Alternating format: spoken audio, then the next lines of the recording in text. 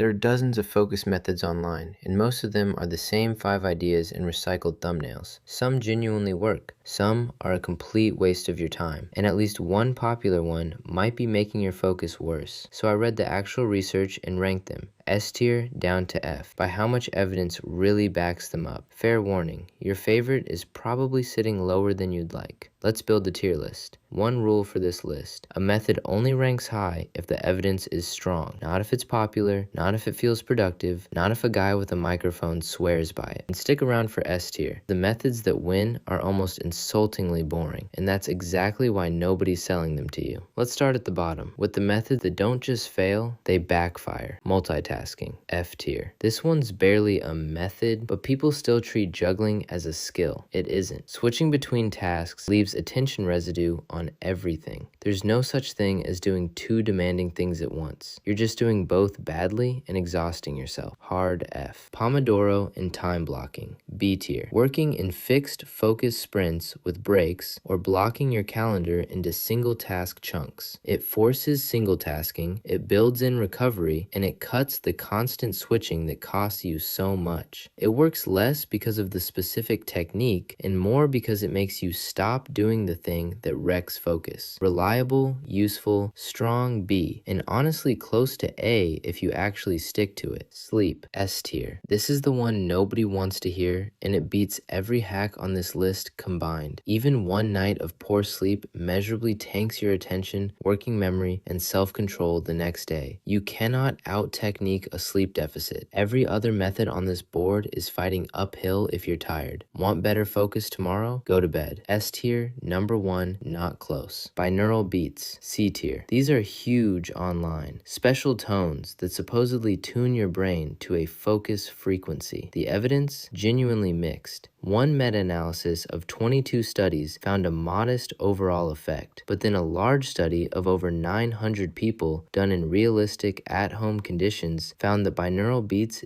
didn't help cognition and may have slightly hindered it. When the biggest real-world test points the wrong way, you can't call it reliable. If it relaxes you, fine, but treat it as a maybe placebo, not a focus tool. C. Caffeine, used well. A tier, one of the most well-studied performance aids there is. It reliably improves alertness and vigilance. The catch is using it well, not too late in the day, not so much you're jittery, and not as a substitute for sleep. Used right, it's a genuine, evidence-backed edge. The extreme dopamine detox, F tier. The viral version, stare at a wall for 24 hours, no food, no music, no talking, reset your receptors. We did a whole video on this. You can't fast from dopamine. The receptors don't reset in a day, and the guy who coined the term said the name was never meant literally. The real idea underneath is fine, but the version everyone actually does is theater. F. Exercise, S tier. Regular aerobic exercise is one of the best supported things you can do for your brain's attention and executive function. It's not just a mood thing. Movement directly improves the machinery you focus with. A walk before deep work is one of the highest return habits there is. S. Instrumental and ambient music, lo-fi, that kind of thing. B tier. Instrumental background music doesn't reliably boost focus, but for a lot of people, it helps in two real ways. It improves mood and it masks a distracting environment. That's a legitimate use. Just know what it's doing. It's managing your environment and your mood, not upgrading your brain. Solid B. Focus supplements and nootropics, C tier. Setting aside caffeine, most over-the-counter smart drugs and focus pills have weak or no solid evidence for healthy people. A lot of the effect is expectation. Save your money. Meditation and mindfulness, A tier. This is attention training in the most literal sense. You sit, your mind wanders, you bring it back, repeat. That bring it back rep is the exact skill focus is made of. The research on regular mindfulness practice improving sustained attention is reasonably strong. It's not instant, it's a practice, but few things train the underlying muscle as directly. A. Music with lyrics, F tier. For focused work anyway. This one stings because it's so common. Here's the problem. When you're reading, writing, or doing anything verbal, lyrics compete for the exact same language machinery in your brain. Study after study shows reading comprehension drops with vocal music compared to silence or instrumental, and it's worst when the lyrics are in your own language. You feel focused, your comprehension is quietly tanking.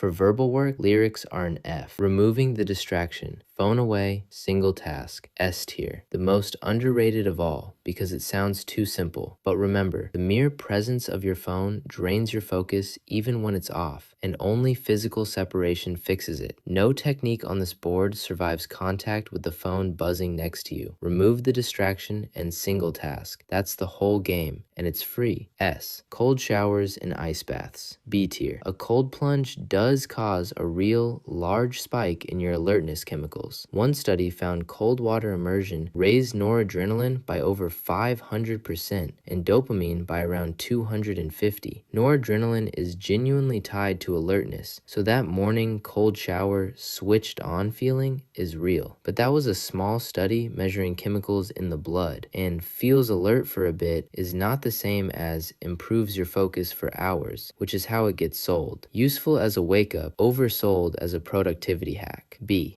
So here's the pattern, and it's the most useful thing in this video. Look at what landed in S tier. Sleep, exercise, put your phone away. They're free, they're boring, and there's nothing to sell you, which is precisely why the internet pushes ice baths and binaural beats and nootropics instead. The exciting stuff sells. The stuff that actually works puts you to bed at a reasonable hour. The methods at the bottom feel like progress. The methods at the top are progress. So here's your move. Ignore the entire bottom half of this board. Pick one S tier habit: sleep, a daily walk, or phone in another room while you work, and do that this week. One boring winner beats 10 exciting hacks. If you want the focus routine that uses the S tier stuff, it's in the free focus system linked below. And if you fell for the dopamine detox one, no shame, everyone did. I made a full video on what's actually real about it and what's nonsense. It's right here. Stop chasing hacks. Do the boring stuff. See you in the next one.